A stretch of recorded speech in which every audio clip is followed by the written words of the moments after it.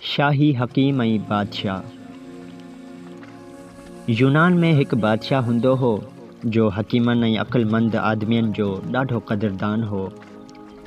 हुन सारे मुल्क मां चूंडे हिकु हकीम मुक़ररु कयो ऐं खेसि हुकुम ॾिनो त अहिड़ो किताब लिखी तयारु कर जंहिं में सभिनी सिहत जे उसूलनि ऐं बीमारियुनि खां छुटण जा इलाज हुजनि।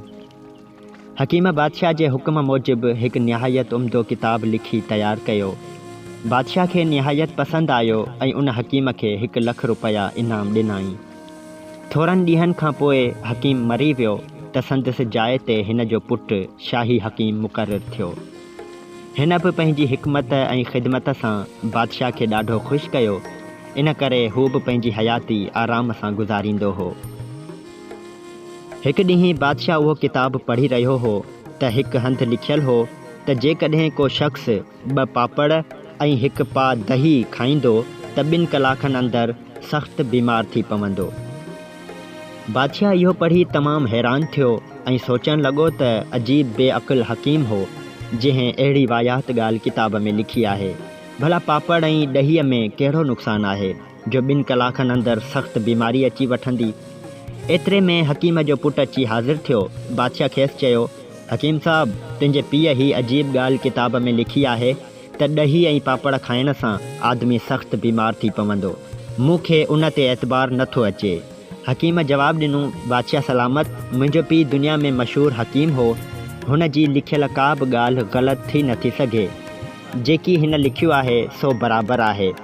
इहो ॿुधी बादशाह चयो त रस्ते तां कंहिं मज़ूर खे सॾे वठि त हिन ॻाल्हि जी आज़माइश वरिती वञे। हकीम हिकु मज़ूर खे घुरायो ऐं खेसि 2 पापड़ ऐं ॾही खाराए सुम्हारे छॾियो। सुबुह थियो त मज़ूर बदसितूर चाक चङो भलो उथियो। उहो ॾिसी हकीम हैरान थी वियो। बादशाह चयो, ॾिठई, मूं सच थे चयो त हीअ ॻाल्हि वाहियात आहे। हकीम अर्ज़ु कयो, हुज़ूर, 3 महीननि जी मोहलत ॾियणु फरमायो ऐं हिन मज़ूर खे मूं वटि रहायो वञे। उन खां पोइ मां हिन ॻाल्हि जो जवाबु ॾींदुसि। बादशाह इजाज़त ॾिनसि। हाणे हकीम उन मज़ूर खे उम्दा बादशाही खाना खाराइणु शुरू कया। रेशमी ऐं नफ़ीस कपिड़ा पहिरण लाइ ॾिना, सुम्हण लाइ बख़मल जो नरम बिस्तरो बणाए ॾिनो।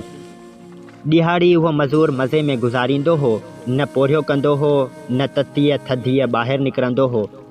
जेकी घुरंदो हो सो यकदमि बिना तकलीफ़ मिलंदो हुअसि।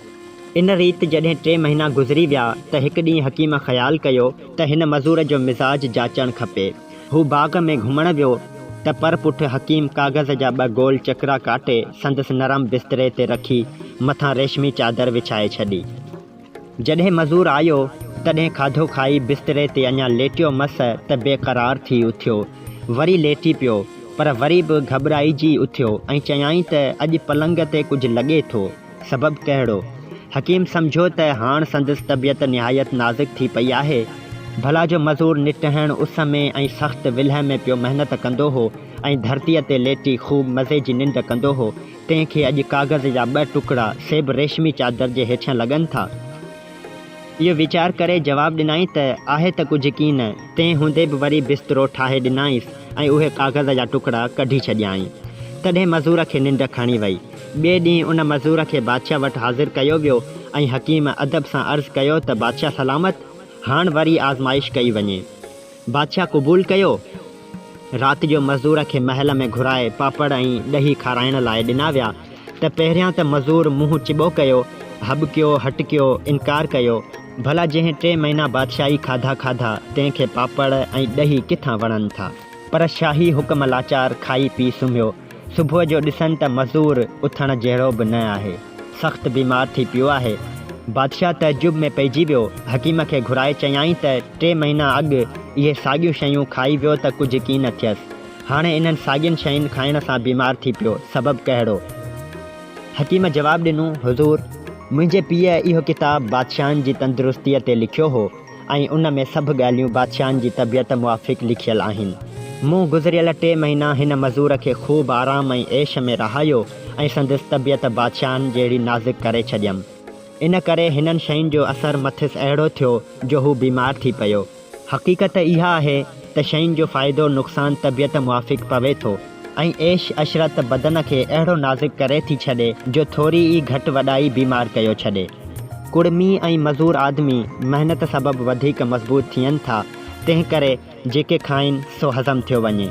पर उन्हनि जी बीमारीअ जा सबब ॿिया आहिनि, मसलन घटि सणभ, घटि भाॼियूं, सिहत जे कानून मां नावाक़फ़ी ऐं ॿिया।